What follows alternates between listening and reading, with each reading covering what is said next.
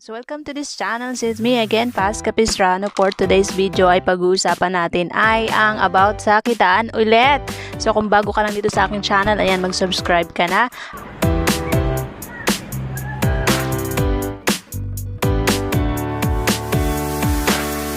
Hello Sito Pam, ayan, may share lang ako sa inyong tips kung paano kayo makakuha ng mga affiliates dito sa inyong Sitaw account.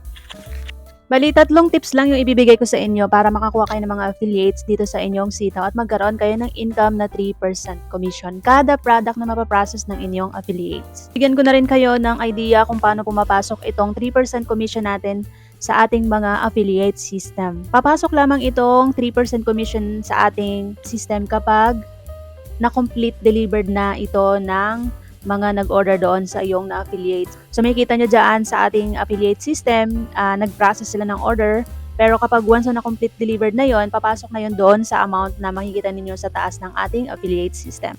Para makakuha kayo ng inyong unang affiliate, ayan, mag-share kayo ng inyong mga experience and journey dito sa inyong platform. So halimbawa is meron kayong platform dito sa inyong Facebook, mag-share kayo dyan ng inyong mga experience. Kung halimbawa, first cash in ninyo dito kay Sitaw, first process ng inyong order dito sa Sitaw, first 10 buyers sa inyong Sitaw shop, yung mga ganong experience, i-share ninyo yan sa inyong platform and sigurado ako na may isang mag-PM sa inyo and mag-start na magtanong ng how po. Believe me or not, ang lahat po ng affiliates ay nagsisimula sa how po. Isang message, pangalawa, pangatlo, magkakaroon yan ng marami hanggang sunod-sunod na yan na may mag-message sa inyo ng how po, interested, mga ganon. So, gawin nyo lang is consistent na pagpo-post ng inyong journey dito sa Sitaw. Marami yan. Pwede yan sa YouTube, sa TikTok, dito sa Facebook. Ayan, marami. Kahit sa ang platform na kayo ay active. Pangalawang tips ko sa inyo para makakuha kayo ng affiliates, ayan, i-invite nyo ang inyong family and friends na mag-join dito kay Sitaw. So, kahit maliit na puhunan mo na, pwede naman yon dahil sa habang nasa loob kayo ng platform, kung maliit pa yung inyong puhunan, na pag-aaralan nyo yung platform. And then, kapag alam nyo na lahat, kung paano yung mga system dito sa loob ng Sitaw platform, ayan, makakapag-start na silang mag-business dito ng full. Makakapaglagay kayo ng puhunan na malaki, ma-maximize ninyo yung inyong capital and at the same time, ma-maximize nyo din yung inyong magiging potential profit dito. Pinakapangatlong tips ko sa inyo kapag wala kayong na-invite or kahit hindi kayo mag-invite dito, kikita naman kayo kay Sitaw. Pero kung gusto nyo lang talaga ng 3% additional commission, kung wala kayong ma-invite or walang nag-affiliate sa inyo, gawa na lang kayo ng inyong second account.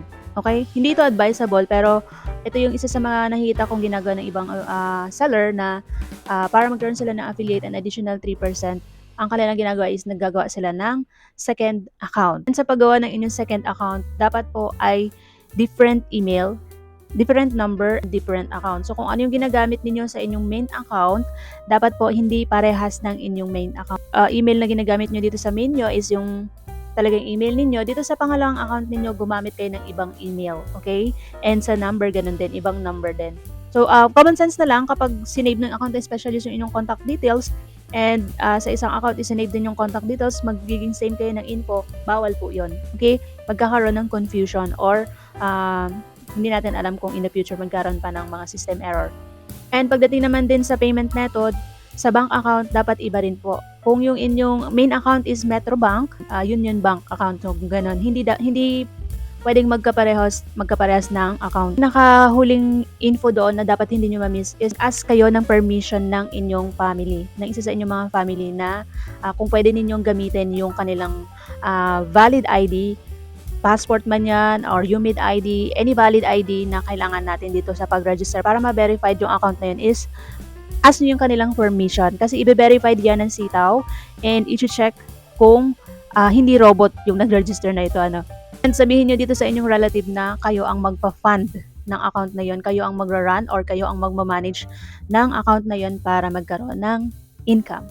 And dito naman sa pagkuha ng inyong affiliate link, so minsan nagkakaroon ng technical issue. Diyan sa affiliate system, kapag nag-copy code kayo, code lang talaga mismo, yung 11 digits lang yung makikita ninyo kapag nag-copy code kayo and then isisend nyo sa inyong friends. Kung gusto ninyo ng automatic na sa form ang inyong affiliate code, pwede kayong magpunta sa aking Facebook page. May posting ako doon about sa copy link ng inyong magiging referral code. Hanapin nyo lang yun dyan sa aking Facebook page. Nandyan din sa aking link in bio. And pwede rin naman sa website, i-check nyo din kung gumagana dun sa website, dun kayo magkuha ng link. I-copy nyo dun yung link, try nyo mag-copy link doon. Kapag hindi nag-work yung inyong affiliate link dito sa website, pwede kayong mag-message doon sa Sitaw Facebook at para ma-update din nila yung system. So, ganun lang. I hope guys makita ko pa kayo sa mga susunod ko pang mga videos dito about kay Sitaw, and I hope you like this video and follow na rin Pas Capistrano.